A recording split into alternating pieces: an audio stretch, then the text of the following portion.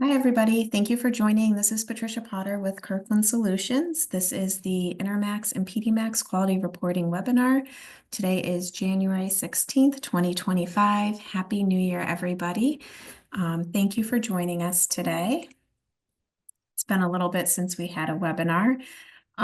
So just going to go in, do some introductions, a few housekeeping items, and then today on the line we have Brandon Singletary with Kirkland Solutions. He will be going over some reporting exhibits and some questions that have been coming his way, though. So that's going to be great.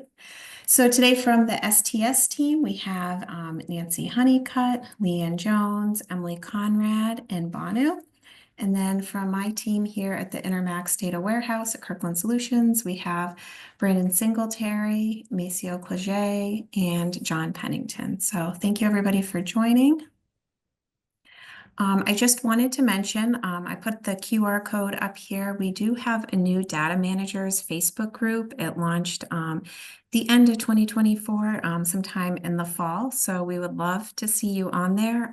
So if you would like to join the STS Data Managers Facebook group, here is the QR code to find that group.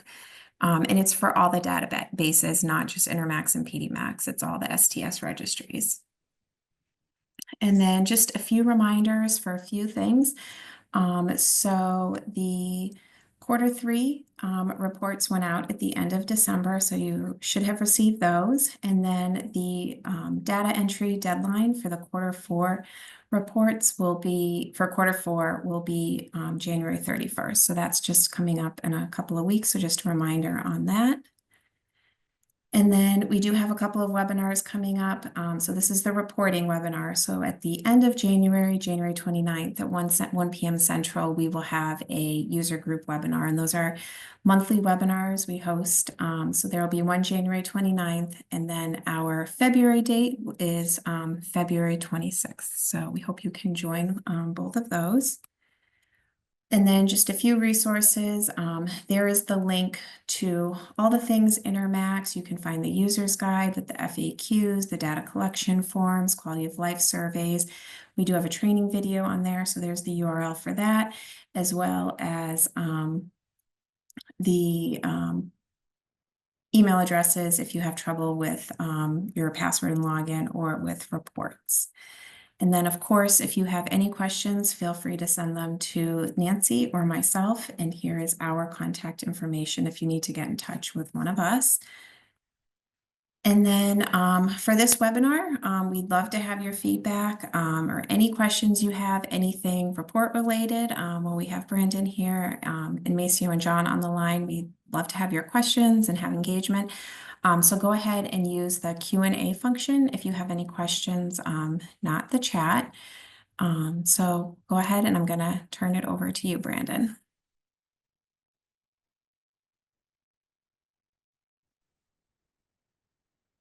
Okay, thank you, Patricia.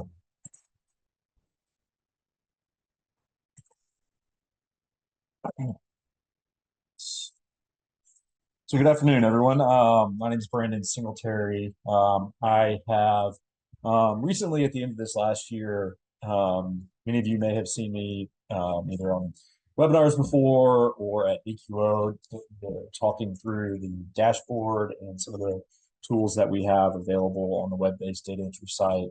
At the end of the year last year, Ryan Cantor tapped me to kind of help him take over some of the responsibilities related to reporting and answering questions from centers related to reports.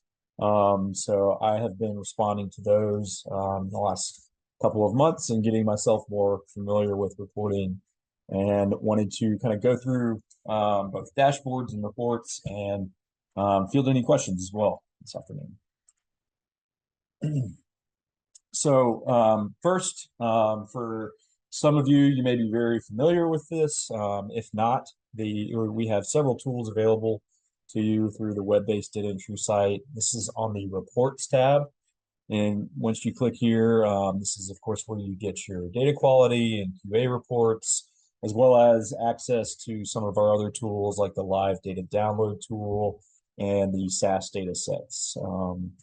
I have been, as mentioned, very hands-on with the outcome analytics tool and the dashboard, and just want to kind of give a quick overview of the usage of these tools and how they can be beneficial to you at your centers. So to date, we're going on almost 4 years of a live dashboard that offers you the ability to look at quick counts of things that are happening at your center that are updated on a nightly basis, as well as look at monthly updates related to adverse events and some metrics like length of stay and ICU days. The dashboard has been, since its inception, used over 9,000 times, with an average of 58 uses per center over that time. Our top three centers using the dashboard are Bethesda North, Deborah Hart and Lung Center, Allegheny General Hospital. Also kind of tied into the dashboard is the outcome analytics tool, or our Kaplan-Meier tool. This is a little bit of a different tool that's available to everyone that has access to the web-based data entry. And this allows you to do several both short and long-term comparisons. You can look at one group of patients at your center over time, or compare two cohorts in your center across time. For instance, you could say, I want to look at 2019 and 2020 patients versus 21 and 22, or I want to look at device strategy of one group compared to another, or if you have different devices that you're using, you can go back and compare your HeartMate 2 patients to your HeartMate 3 over the years. But also it allows you the ability to compare your hospital against the aggregate Intermacs of similar cohorts that you selected. And again, more of a long-term analytic tool available to you. So this tool also has been very widely used since its inception, with almost 8,500 instances, with an average of 65 uses per center. And again, top three centers using this tool are the Deborah Hart Lung, Inova Fairfax, and UAB in Birmingham.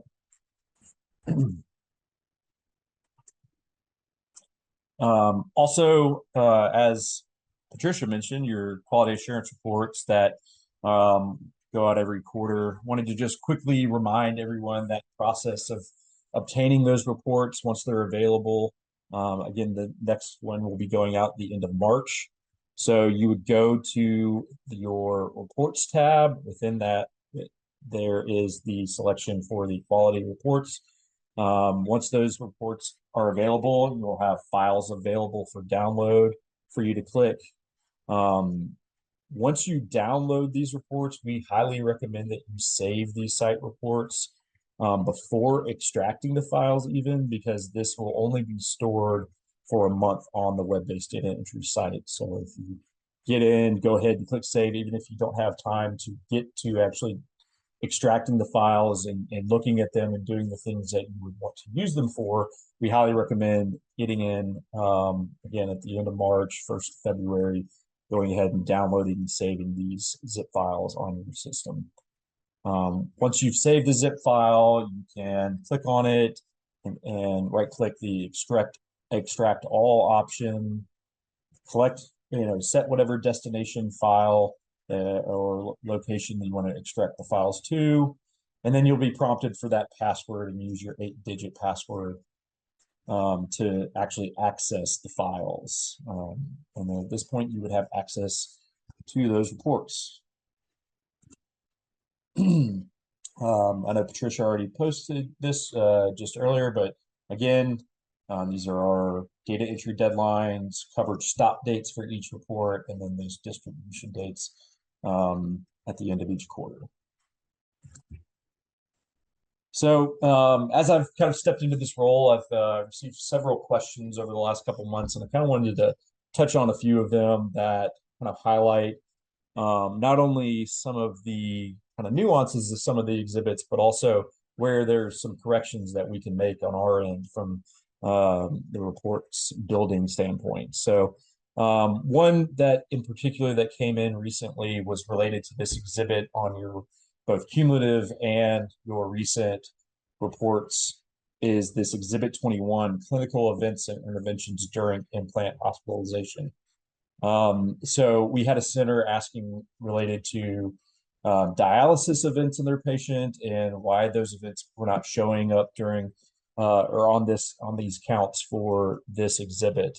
So this exhibit pulls from our pre-implant form events. So all of your counts and percentages that you'd see as compared to the Intermacs aggregate are going to be related to those pre-implant events only during implant hospitalization. Things like dialysis and additional surgeries are going to occur post-implant. We, of course, want to have adverse events, but those that are filled out, say, for instance, on the implant discharge form, those do not populate this table here for this exhibit. So we've had some talks internally. We're going to label this a little bit better on the next round of reports to show that it is pre-implant events only, and then have some internal discussions about whether we want to have a new additional exhibit for those events that occur that you add to your implant discharge form.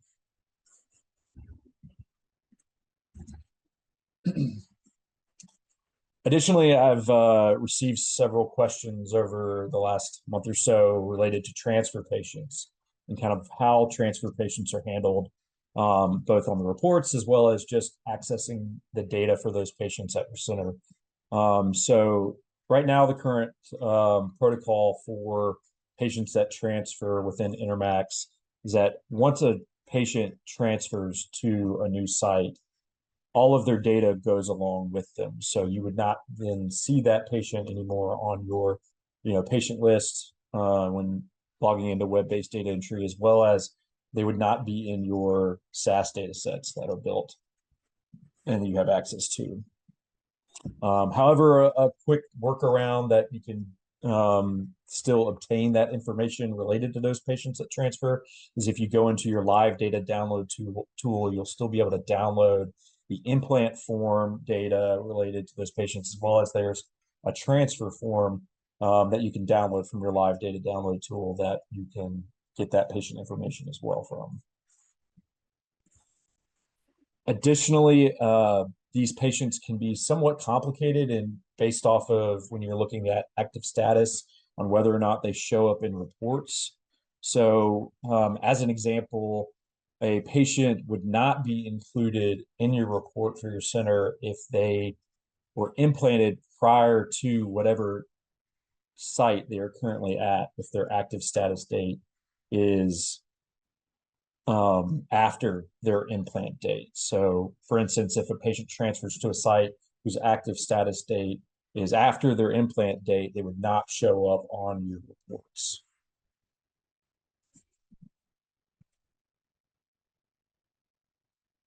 And then finally, it was brought to our attention that the dates on some of the Kaplan-Meier figure outcomes related to the coverage date on your reports were not lining up. And we went in and double checked this, and this was an error in the labeling on the actual figures for these exhibits. And so, for this last Q3 data, this coverage date here that's found at the top of each page is the correct coverage period for that report. The date that's on the actual figures are incorrectly looking at the aggregate of when Intermacs started and applying that as the start date for that coverage. But we will be addressing that in the Q4 reports when they go out. And so these will hopefully line up for your centers in the next release. Okay. That's all I had. Thank you, See Brandon. a couple questions that came through. Yeah, so we have one question from Kelly. Hi, Kelly. I thought AEs still showed up in the implanting center's reports even after transfer. Is that incorrect? So, Brandon, you can correct me if I'm wrong, but Kelly, my understanding is that all outcomes are tied back to the implanting center. currently, when a patient transfers out of your site, it's not the patient is no longer populating in your list. And so what Brandon was saying is a workaround. You can search for the patient in the URL and the patient does still populate in your live data downloads because that's data you have entered. But yes, the patient's outcomes still are on your reports. Is that correct, Brandon? Yes, yes. Sorry for that confusion on that. This was referring to, we had one in particular center wanting to look at why those transfer patients were not showing up in their SAS data sets that they were utilizing. And I was offering them the workaround of going into their live data download to then merge those patients back into that list of patients. But yes, those AEs are still tied to the implanting center. You are correct. Thanks, Brandon.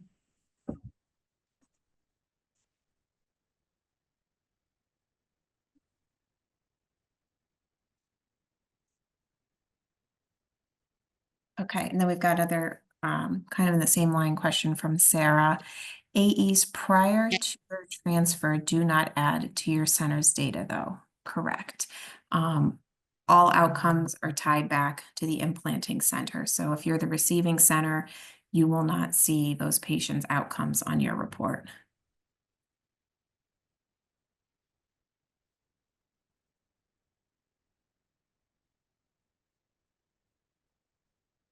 You're welcome, Sarah.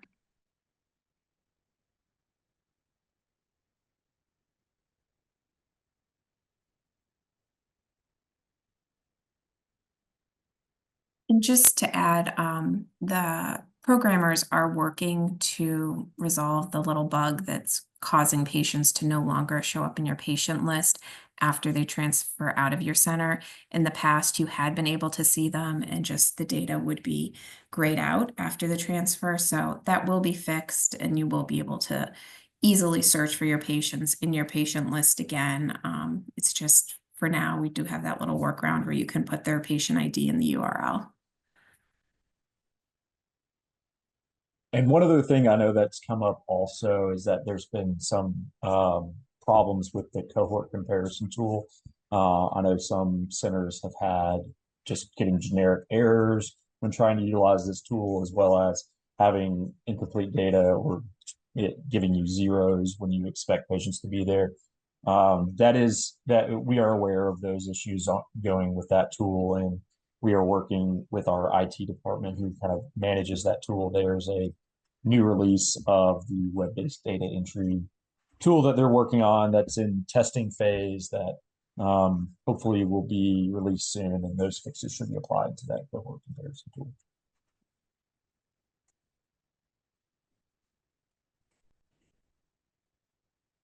By a group today. Do we have any other questions? I don't see anything in the Q&A box. If you have any questions, feel free to put them in while we have Brandon here. These are quarterly webinars, so we'll have another one next quarter. But we do have a data manager webinar coming up on January 29th.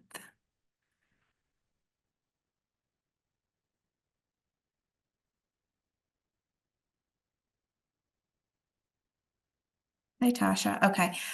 So silly request then, if they are working on that, can a map calculator be added in that release?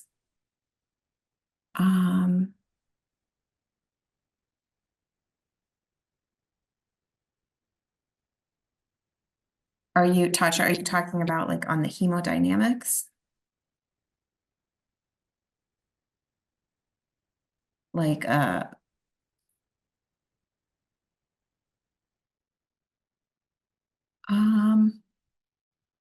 we can discuss that. I think that would be something that we would need to take to the surgeon leaders to see if that's something they want to add versus having the map manually put in. I'll chime in too, just as one of the Cursive members that works heavily with Patricia and the testing of these releases. Adding something to a release that's pending really just slows that down. So our goal is to get this release out by the end of the month to make sure that cohort comparison tool is working. And then, as Patricia said, like if leadership said they wanted to add this in, what we'd have to do is queue that for possibly the next release. Yeah. But Tasha, if that's what you're requesting, we can take that to the surgeon leaders and see if that's something that they would want to add to the hemodynamics form.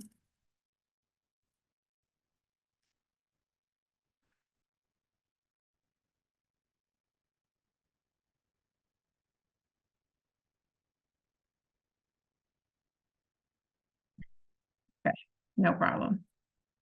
Yes, we'll put it on the list for possible future enhancements. And put it on our wish list, no problem.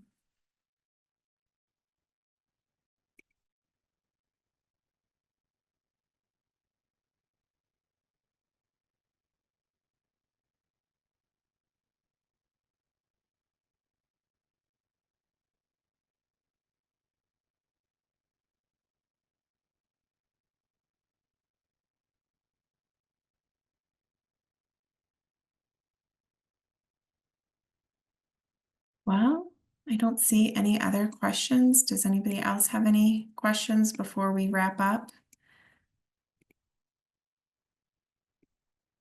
Like I said, our next webinar will be at 1 p.m. Central, January 29th. And then the following one will be in February. Let me just share those dates again so everybody has them. January 29th at 1 Central and February 26th. And those will be user group webinars. Here is mine and Nancy's contact information. If you think of something after this call or you have a question that you'd like to ask, feel free to reach out to us anytime. Thank you very much, Brandon. Appreciate it. And thank you, STS team, for joining. Looks like we don't have any other questions.